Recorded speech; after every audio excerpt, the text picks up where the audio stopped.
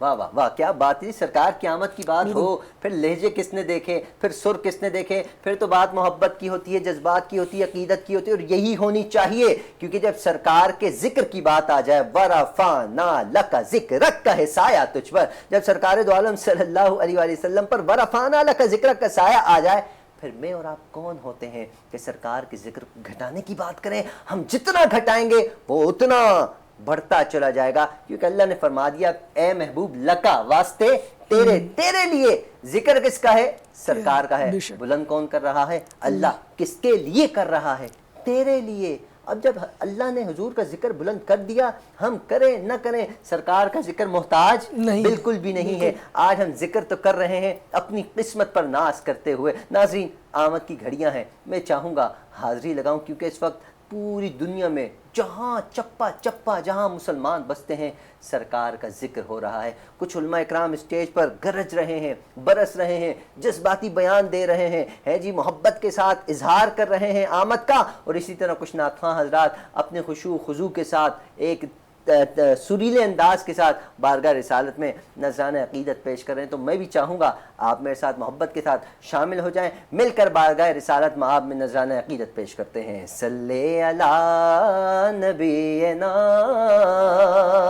صلی علی محمد، اللہ اللہ اللہ لا الہ الا ہو، اللہ اللہ اللہ لا الہ الا ہو۔ آمینہ بیوی کے گلشن میں آئی ہے تازہ بہار، آمینہ بی بی کے گلشن میں آئی ہے تازہ بہار، پڑھتے ہیں صلی اللہ وسلم آج درو دیوار نبی جی، اللہ اللہ اللہ لا الہ الا ہو۔ پیاری صورت ہنستا چہرہ منہ سے جھڑتے پھول، نور سراپا چاند سا چہرہ، حق کا پیارا رسول، نبی نبی نبی، اللہ اللہ اللہ لا الہ الا ہو۔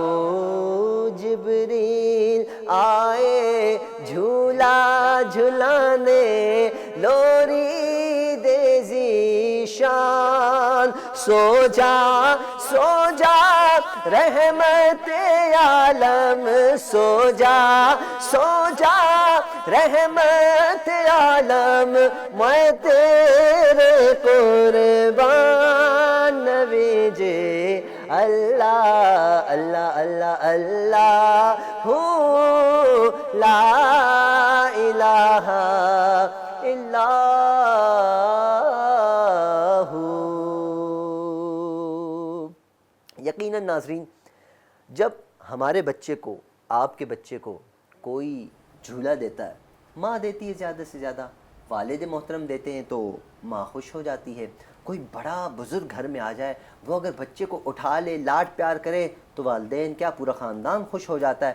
اب یہاں تو دیکھیں نا، سرکار دو عالم صلی اللہ علیہ وآلہ وسلم جب بچپنے میں ہیں، روحانی طور پر جب ایک بچپنا ہے سرکار کا، لیکن یہ تو وہ روحانیت ہے کہ جھولے میں ہے، انگلی ہل رہی ہے، چاند ہل رہا ہے، چاند جھک جاتا جدھر انگلی اٹھاتے مہد میں، مہد جھولے میں کیا ہی چلتا تھا اشاروں پر، کھلونا نور کا۔ یہ تو وہ نور ہے، یہ تو وہ روحانیت ہے کہ سرکار کے جشن کی ہم بات کریں، یہ سرکار کے بچپن کی بات کریں، یہ سرکار کی جوانی کی بات کریں، یقین جانیے پنجابی میں کہتے ہیں بڑا چس آ جاتا ہے۔ ہم اس چس کو اور بڑھاتے ہیں، اس مزے کو اور دوبالا کرتے ہیں، محبت کی باتوں کو اور اجاگر کرتے ہیں۔ علامہ صاحب کی خدمت میں سوال رکھتا ہوں، علامہ صاحب بتائیے گا، میلاد مصطفیٰ صلی اللہ علیہ وآلہ وسلم کیا ہے قرآن کی روشنی میں؟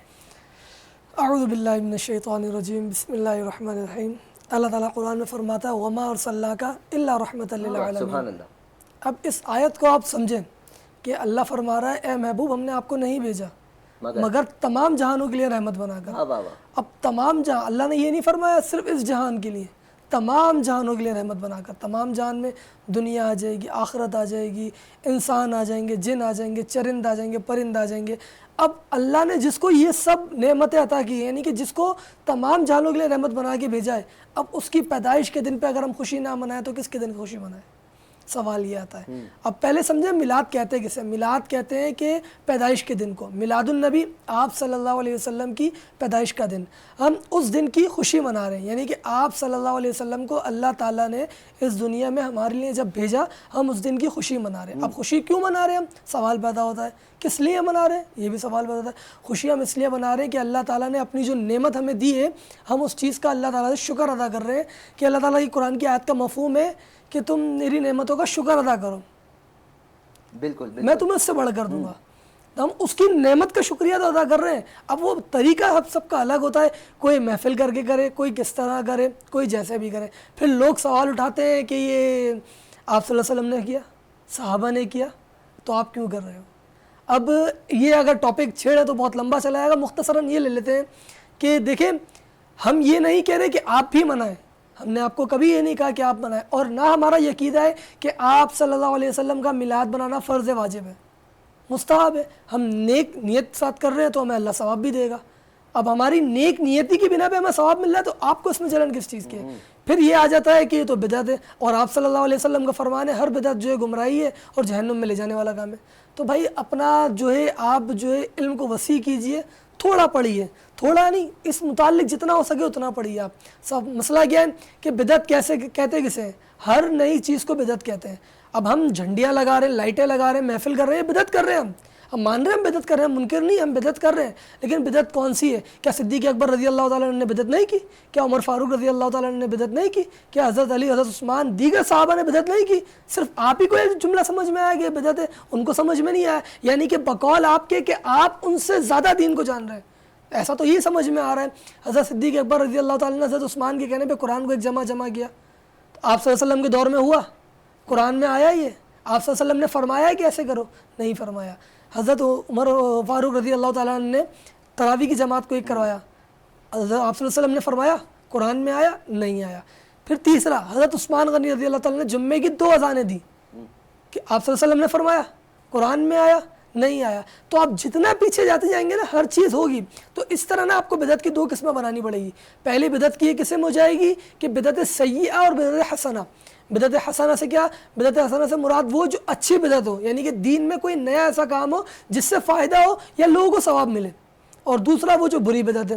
بری بدعت کی آپ جو شادیوں میں رسومات ہوتی ہیں ان کو لے لیں آپ، یہ جتنی بھی رسومات ہیں۔ اب سوال یہ پیدا ہوتا ہے کہ آپ کو اس چیز سے یعنی کہ اتنا برا کیوں لگتا ہے کہ ہم آپ صلی اللہ علیہ وسلم کی خوشی، پیدائش کی خوشی میں گھر میں لائٹنگ وغیرہ کرتے ہیں یا جھنڈے لگاتے ہیں؟ اچھا، میرے ظاہر سی بات ہے، ایک سوال تو نہیں، بات ذہن میں آ گئی، نکل نہ جائے کہیں۔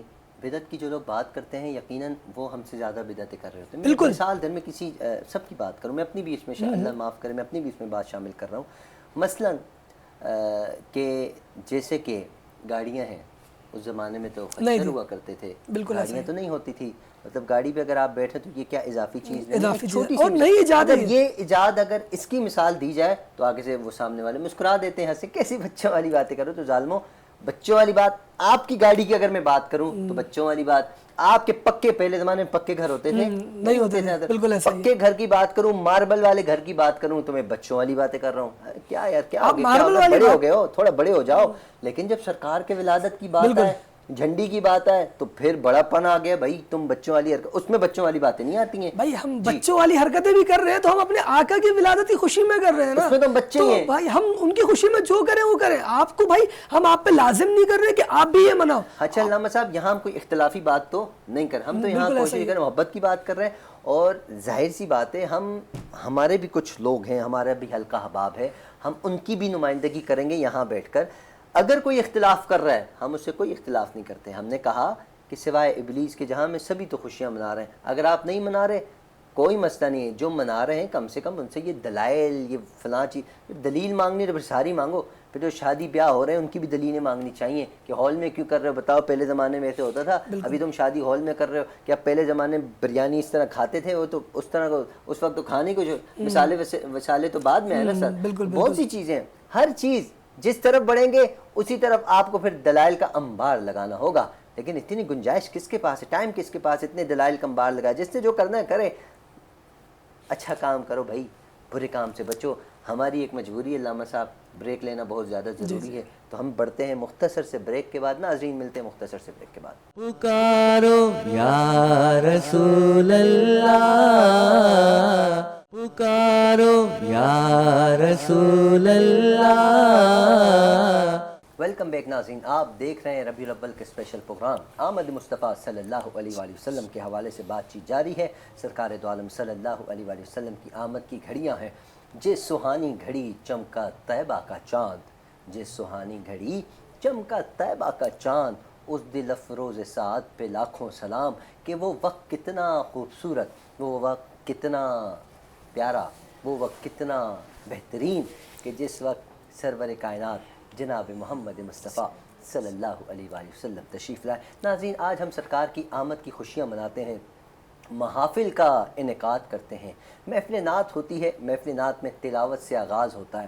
نعت مصطفیٰ صلی اللہ علیہ وآلہ وسلم پیش کی جاتی ہے، سرکار کی سیرت پر، سرکار کی صورت پر، سرکار کے چلنے پر، سرکار کے بیٹھنے پر، سرکار کا گفتگو کرنا، سرکار کا ایک انداز کیسا تھا، کس طرح اپنے امتیوں کے ساتھ پیش آتے تھے، اپنے رفقا کے ساتھ پیش آتے تھے، اپنے اہل و عیال کی کس طرح سرکار فکر کیا کرتے تھے، صحابہ کرام کے ساتھ کس طرح سرکار دو عالم صلی اللہ علیہ وآلہ وسلم اٹھتے تھے، بیٹھتے تھے، یہ ہمیں علماء کرام بتاتے ہیں. ناظرین میلاد منانا کس طرح چاہیے یہ ہم جاننے کی کوشش کر رہے ہیں. علامہ سبطین نعیمی صابری صاحب ہمارے ساتھ. علامہ صاحب بتائیے گا کہ میلاد منانے کا تقاضا کیا ہے، کس طرح میلاد مجھے آپ کو سب کو منانا چاہیے؟ دیکھیں جیسا کہ ہماری گفتگو چل ہی رہی تھی کہ میلاد جو ہے آپ صلی اللہ علیہ وسلم کی پیدائش کا دن ہے، یعنی کہ اس کو کس طرح منائیں. اب پہلا یہ ہے کہ ہم آپ صلی اللہ علیہ وسلم کی بارگاہ میں جو ہے درود شریف کا نذرانہ بھیج سکتے ہیں. اکیلے بھی بھیج سکتے ہیں، اجتماعی طور پہ بھی بھیج سکتے ہیں. اجتماعی طور پہ کیسے؟ جیسے ہماری یہاں محفلیں وغیرہ ہوتی ہیں اس طرح بھیج سکتے ہیں. اب ان میں ہمیں کیا کیا چیزیں نہیں کرنی چاہیے اور کیا کیا چیزیں کرنی چاہیے، ادب کا تقاضا کیا ہے، ہمیں اس چیز کو جو ہے بنیاد بنانی چاہیے. اب مثال کے طور پہ ایک جگہ نعت خوانی ہو رہی ہے، صرف نعت خوانی ہوئی، وہاں پہ کلام پڑھے گا، آپ صلی اللہ علیہ وسلم کی تعریف کی گئی، تو یہ چیز ہو گئی.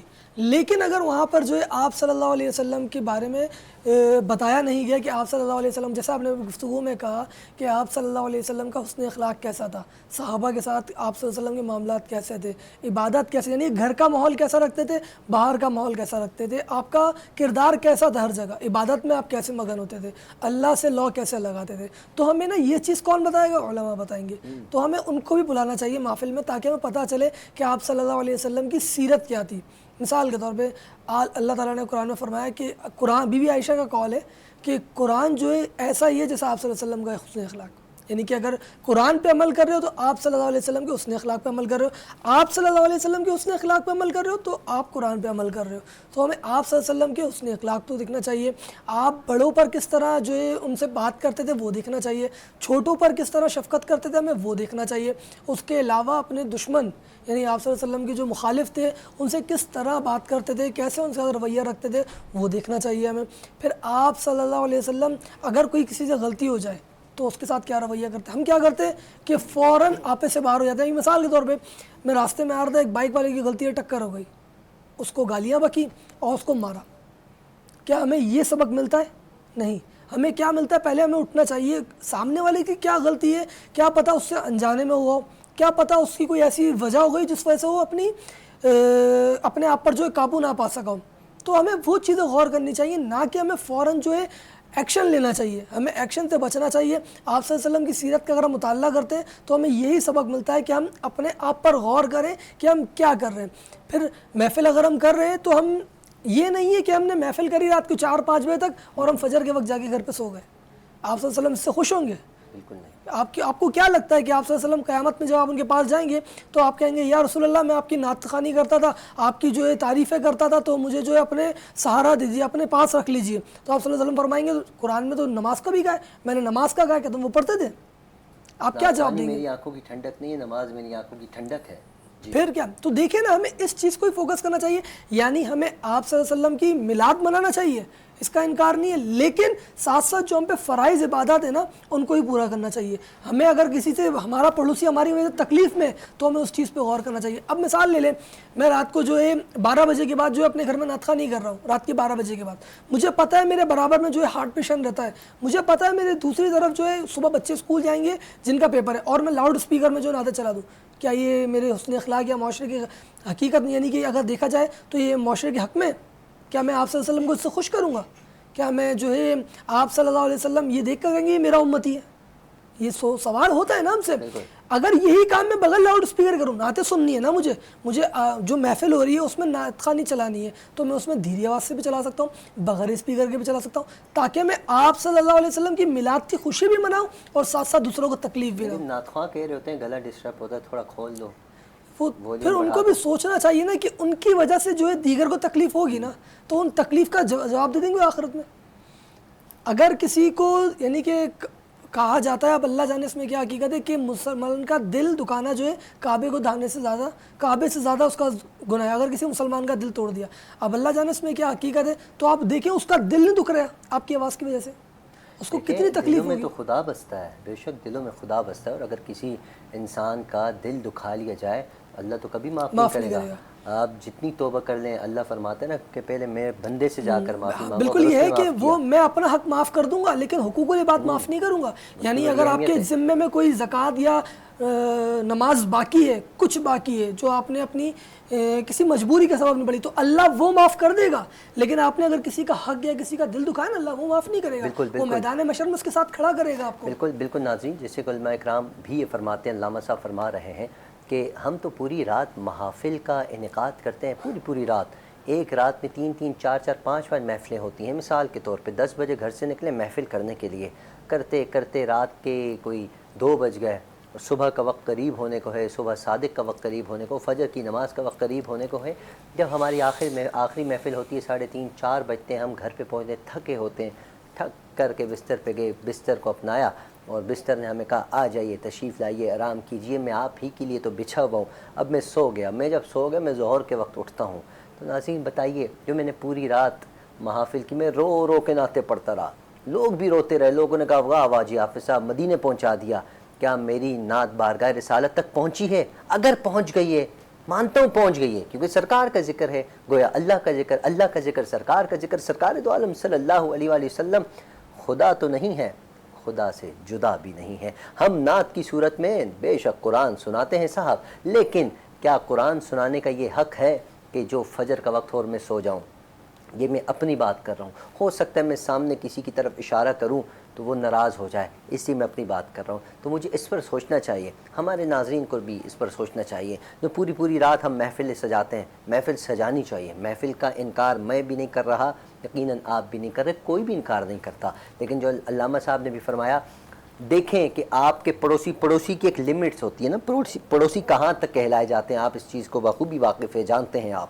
دیکھیں کہ آپ کے پڑوس میں کوئی بیمار تو نہیں ہے, کوئی دل کا مریض تو نہیں ہے, کسی کو کوئی تکلیف تو نہیں ہے. میں اس تکلیف کی نہیں بات کر رہا کہ تکلیف ہوتی ہے تجھے مرچیں بھی لگتی ہیں, جب 12ویں پہ لائٹوں سے گلیاں بھی سجتی ہیں, میں اس تکلیف کی بات نہیں کر رہا, میں دوسری تکلیف کی جو ایک جسمانی بیماری اس کی بات کر رہا ہوں. تو میرا فرض بنتا ہے, کیونکہ سرکار دو عالم صلی اللہ علیہ وآلہ وسلم نے پڑوسیوں کے حقوق بہت رکھے ہیں صاحب, ہمیں اس پر بھی عمل پیرا ہونا ہوگا. سرکار کا میلاد تو مناتے ہیں, لیکن سرکار کی سیرت کو بھی ہمیں اپنانا ہوگا. سرکار کا میلاد جذبے سے مجھے منانا چاہیے, لیکن سرکار کے پیغام کو بھی تو مجھے اپنانا چاہیے, سرکار کے پیغام کو بھی تو پھیلانا چاہیے. بتانے کا مقصد یہ ہے, کوشش کریں محافل ضرور سجائیں, لیکن فجر کا وقت ہو تو نماز لازمی پڑھیے. جو آپ پوری رات سرکار کی نعت پڑھ کے آئے نا, وہ بھی عبادت کے زمرے میں آ جاتا ہے. سرکار کی آپ نعت پڑھ کے آئیں تو یقین جانیے سونے پہ سہاگا ہو جائے گا. نعت پڑھ کر یا نعت سنا کر سرکار کی آنکھوں کو ٹھنڈک نہیں پہنچنے والی, نماز پڑھو گے تو یقین جانیے ایسی ٹھنڈک پہنچے گی. سرکار بھی فرما دیں گے کہ واقعی یہ میرا غلام ہے, یہ میرا عاشق ہے. اگر جنت میں جانے کا ارادہ ہو تمامی کا، گلے میں ڈال دو پٹا محمد کی غلامی کا، غلامان محمد جان دینے سے نہیں ڈرتے، یہ سر کٹ جائے یا رہ جائے پرواہ نہیں کرتے، جان بھی دے دیں سرکار اس سے بھی خوش نہیں ہوں گے۔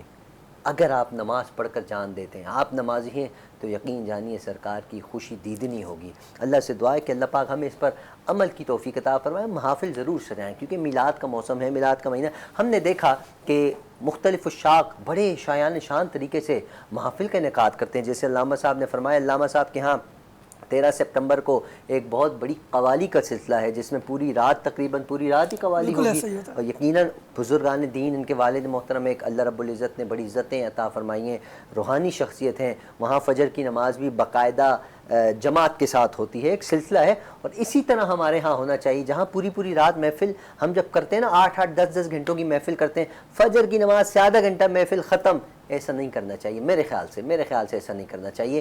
فجر کی نماز تک چلائیں، بھلے اذان تک چلائیں، وہی نماز باقاعدہ نماز کا اہتمام کریں، کیونکہ ہم نے اکثر پوسٹرز میں دیکھا ہے کہ باوضو ہو کر تشریف لائیں، تو باوضو ہو کر سب کو جانا بھی چاہیے۔ اور ہم نے یہ بھی دیکھا ہے، یہ بھی بہت ضروری بات کرنے لگا ہوں ناظرین، اس پر عمل پیرا ہونے کی میں بھی کوشش کروں گا، آپ بھی کیجیے گا۔ ہم جب سرکار کے میلاد کی محفل میں جاتے ہیں، پاک محفل ہے وہ، اس میں ہمیں باوضو تو ہو کر جانا ہی چاہیے، خوشبو لگا کر جانا چاہیے، کوشش کیا کریں کہ سر کو ڈھانپ کے چلے جائیں اور زیادہ برکتیں ملیں گی، کیونکہ سنت ہے نا، مسواک کرنا بھی سنت ہے، ٹوپی پہننا بھی ظاہر ہے سنت ہے، خوشبو لگانا بھی سنت ہے۔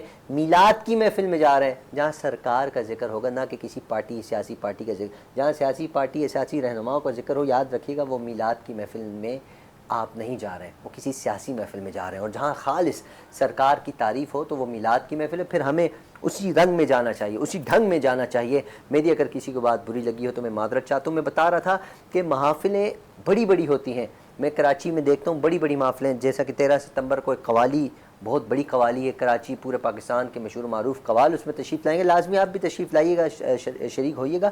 اس کے علاوہ ہم دیکھتے ہیں کہ پورے پاکستان میں محفل نعت ہوتی ہیں۔ اسلام آباد کی اگر میں بات کروں، ہمارے ایک بشیر شاہ ہمارے بھائی ہیں، وہ محفل کا انعقاد کرتے ہیں، بہت شایان شان طریقے سے انعقاد کرتے ہیں۔ ہمارے ایک نواز گوندل صاحب ہیں اسلام آباد میں، کیا شاندار طریقے سے، نور کا سما ہو یا نور کی بہار ہو، وہ ایک پوری رات محفلیں ہوتی ہیں، پوری رات ایک محفل کا سما ہوتا ہے، پوری دنیا سے اس شاقان مصطفیٰ اس محفل کی انتظار میں ہوتے ہیں، پورے پاکستان سے سنخا علماء اکرام پیران عظام تشریف لے کر جاتے ہیں، برکتیں ہوتی ہیں، لوگ کرتے ہیں، لوگ خرچہ کرتے ہیں سرکار کے میلاد پر، لوگ اپنی جانیں بھی لٹاتے ہیں، سب کچھ کرتے ہیں۔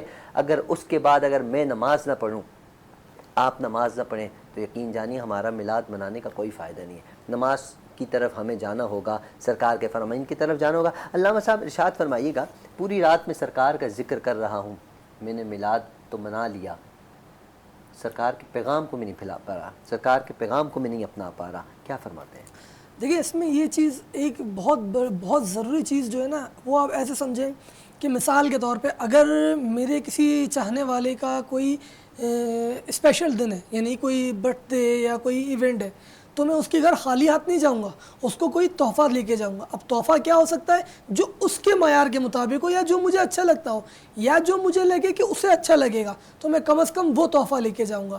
اب اسی طرح آپ صلی اللہ علیہ وسلم کا میلاد، یعنی ہمیں آپ صلی اللہ علیہ وسلم کو تحفہ دینا چاہیے۔ تو ہمیں تحفہ کیا دینا چاہیے کہ ہم مثال کے طور پہ جو بے نمازی ہے وہ کہیں کہ میں نماز کا تحفہ آپ صلی اللہ علیہ وسلم کو دوں گا۔ فائدہ تو میرا خود کا ہو رہا ہے، لیکن میں تحفہ دے رہا ہوں آپ صلی اللہ علیہ وسلم کو۔ جس کی داڑھی نہیں ہے وہ یہ عہد کر لے، میں آج کے دن سے جو ہے داڑھی رکھوں گا، یہ تحفہ آپ صلی اللہ علیہ وسلم کو دے رہا ہوں۔ جو بے حیائی کرتا ہے، یعنی ہماری بہنیں جو بے پردہ ہوتی ہیں، وہ یہ نیت کر لیں کہ میں آپ صلی اللہ علیہ وسلم کو تحفہ دے رہی ہوں، میں پردہ کروں گی۔ جس نے کسی کا دل دکھایا ہوا ہے، وہ یہ نیت کر لے میں آپ صلی اللہ علیہ وسلم کو تحفہ یہ دیتا ہوں کہ میں اس فلاں شخص سے جو دل دکھایا ہوا ہے اس سے معافی مانگوں گا۔ اب جن بھائیوں نے اپنی بہنوں کا وراثت میں حق مارا ہوا ہے، یا جسی نے کسی کے مال پہ قبضہ کیا ہوا ہے کسی بھی چیز سے ہو، وہ یہ نیت کر لے میں ان کو ان کا حق دوں گا، میں آپ صلی اللہ علیہ وسلم کو تحفہ دے رہا ہوں، تو اس سے آپ صلی اللہ علیہ وسلم خوش نہیں ہوں گے؟ بہت خوش ہوں گے، بلکہ ہمیں اللہ اس کا ڈبل ثواب دے گا۔ وہ کیا؟ ایک تو یہ میں نے جو غلط کام تھا اس کو چھوڑ دیا اور میں اچھے کام کی طرف آ گیا، دوسرا یہ میں نے اس کی نیت یہ کہ میں آپ صلی اللہ علیہ وسلم کو تحفہ دے رہا ہوں۔ تو یہ ہوتا ہے نا کہ نور علی نور، یعنی ایک تو ثواب مل رہا تھا، اس کا دگنا ثواب مل جائے گا۔ اور تحائف دینا ویسے سنت بھی ہے، اور آپ کسی کو تحفہ دیتے ہیں تو یقیناً وہ خوش ہوتا ہے. ایک عام بندے کو اگر آپ تحفہ دیں کتنا خوش ہوتا ہے. یہ تو سرکار یہ ہے, سرکار کا. جبھی تو میں نے کہا کہ میں مثال کے طور پہ میں آپ کی کوئی اسپیشل ڈے ہے تو میں آپ کو گفٹ کے طور پہ عطر دے دوں گا, پرفیوم دے دوں گا, کیوں مجھے پتا ہے کہ آپ کو یہ چیز بہت پسند ہے. تو آپ کی خوشی کا جب آپ کا آپ حکم کریں, جب آپ بولیں آپ کو انشاءاللہ. ابھی میں چلتا ہوں بریک کی جانب, اس پر ہم بات کرتے ہیں کب لینی ہے. ناظرین مجھے عطر بھی چاہیے, خوشبو. میں علامہ صاحب سے گفتگو جاری رکھتا ہوں, لیکن ہم بڑھتے ہیں مختصر سے وقفے کی طرف. پکارو یا رسول اللہ, پکارو یا رسول اللہ. ویلکم بیک ناظرین, آپ دیکھ رہے ہیں آمد مصطفیٰ صلی اللہ علیہ وآلہ وسلم کے حوالے سے خوبصورت پروگرام. ناظرین آمد مصطفیٰ کی بات ہو رہی ہے, سرکار کے جشن کی بات ہو رہی ہے, سرکار کے میلاد کی بات ہو رہی ہے کہ کس طرح ہمیں میلاد منانا چاہیے. کیا ہم پوری رات میلاد منائیں, صبح فجر کا وقت تو سو جائیں؟ کیا ہمارا میلاد قبول ہے؟ قبول تو ہو جائے گا, ثواب کم ملے گا, لیکن فرض جو آپ نے چھوڑا ہے اس کا گناہ بڑا سخت ملے گا, اس کی سزا بڑی سخت ملے گی. کوشش کرنا چاہیے فرض کی ادائیگی بھی کریں, باقی مستحبات جو ہے مستحبات اس پر بھی ہمیں عمل پیرا ہونا چاہیے, اور سرکار کا میلاد جذبے سے منانا چاہیے. محفل نعت کے انعقاد بڑے عقیدت احترام کے ساتھ کرنا چاہیے. اس میں ایک چیز کا ہمیں خیال رکھنا چاہیے, نعتیں تو بالکل سننی چاہیے, نعتیں پڑھنی بھی چاہیے, نعتیں سنانی بھی چاہیے, لیکن عقیدت اور محبت کے ساتھ خالصتاً سرکار کی نعت ہونی چاہیے. ہم آج کل کیا کرتے ہیں, صاحب یہ شعر آپ کے لیے, باقی لوگ کیا چنے بیچنے آئے, ان کے لیے کیوں نہیں ہے, صاحب یہ اسپیشل آپ کے لیے. اسپیشل تو نعت سرکار کی ہے, اسپیشل کسی کے لیے نہیں ہوتا صاحب. اگر ہم کسی ایک بندے کو کہہ دیں کہ یہ شعر آپ کے لیے, یہ فلاں آپ کے لیے, اس طرح نہیں کرنا چاہیے. ہو سکتا ہے میری بات کسی کو بری لگ جائے, لیکن ناظرین میں نے پہلے بھی کہا میں یہاں بیٹھ کر ترجمانی کر رہا ہوں, مسلک اہل سنت کی تمام مسلمانوں کی ترجمانی کر رہا ہوں, تو مجھے بات وہ کرنی ہے جو جنرل ایک بات ہوا کرتی ہے, تو ہمیں اس پر بھی کوشش کرنی چاہیے. ابھی ہمیں جوائن کیا ہے, پہلی مرتبہ میرے پروگرام کا حصہ بنے, لیکن ہمارے وینرز ٹیم کا یہ پراپر حصہ ہے, اور نعت مصطفیٰ صلی اللہ علیہ وآلہ وسلم بھی پیش کرتے ہیں. تو ہم نے سوچا کیوں نہ ان سے آج ہم مستفیض ہوں. جب کوئی خوبصورت انداز میں بارگاہ رسالت میں نذران عقیدت پیش کر سکتا ہے تو ہمارے پروگرام کا حصہ بنے, ہمیں بھی مستفیض کریں. میری مراد محترم جناب فواد شیخ صاحب, قادری کہوں, اتاری کہوں, نورانی کہوں, چشتی کہوں, نقشبندی کہوں, ساری نسبتیں ہماری ہیں. ہم خوش نصیب ہیں کہ یہ نسبتیں ہماری. السلام علیکم فواد بھائی. وعلیکم السلام حامد بھائی, کیسے ہیں آپ؟ اللہ کے احسان, آپ خیریت سے ہیں؟ الحمدللہ الحمدللہ. شکریہ, آپ تشریف لائے. ویسے آپ موجود ہوتے ہیں یہیں, لیکن آپ سیٹ پر تشریف لائے, اس کے لیے بہت شکریہ. میں چاہوں گا آپ کی آواز ہو اور ہم بارگاہ رسالت کے نظارے کر رہے ہیں. جی حامد بھائی, الحمدللہ ہم 1500 سالہ جشن ولادت منا رہے ہیں, تو اسی حوالے سے ایک بہت ہی مشہور و معروف کلام ہم سب مل کے پڑھیں گے, اور جو ہے اس جشن ولادت کو دھوم دھام سے منائیں گے انشاءاللہ. تم بھی کر کے ان کا چرچا اپنے دل چمکاؤ, اونچے میں اونچا نبی کا جھنڈا, اونچے میں اونچا نبی کا جھنڈا ہر گھر میں لہراؤ. پکارو یا رسول اللہ, یا حبیب اللہ, پکارو یا رسول اللہ, یا حبیب اللہ.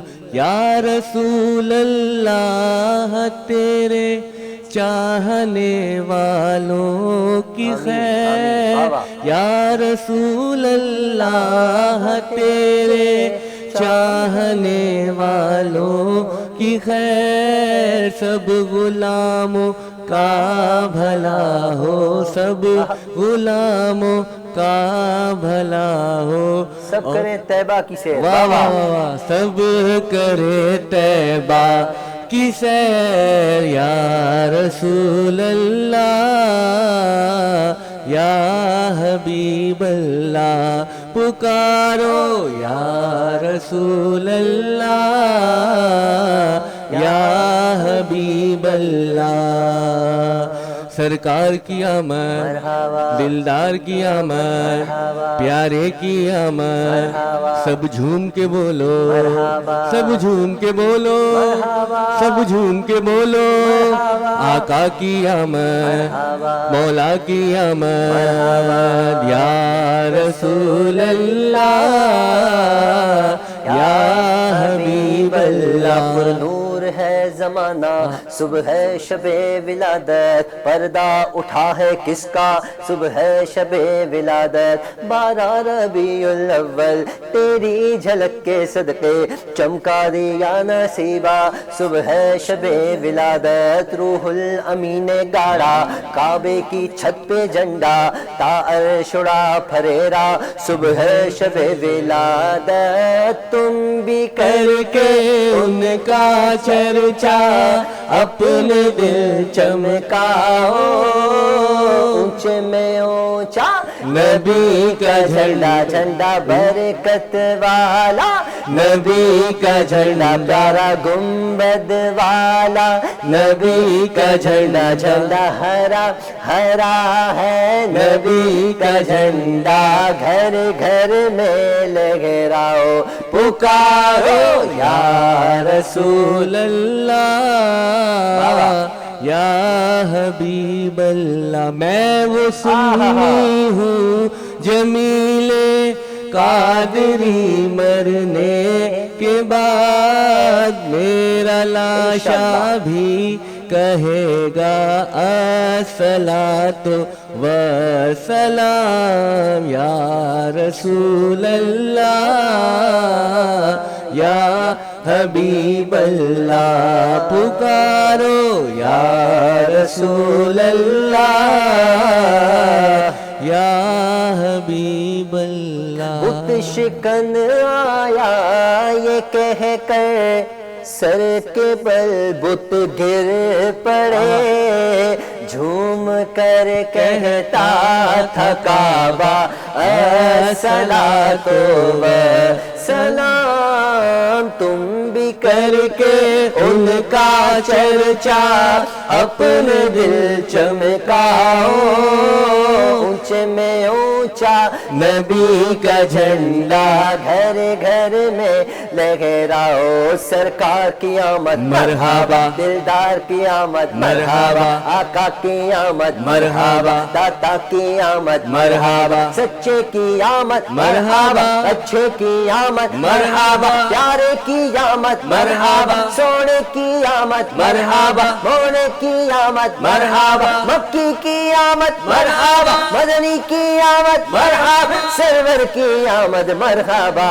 یا رسول اللہ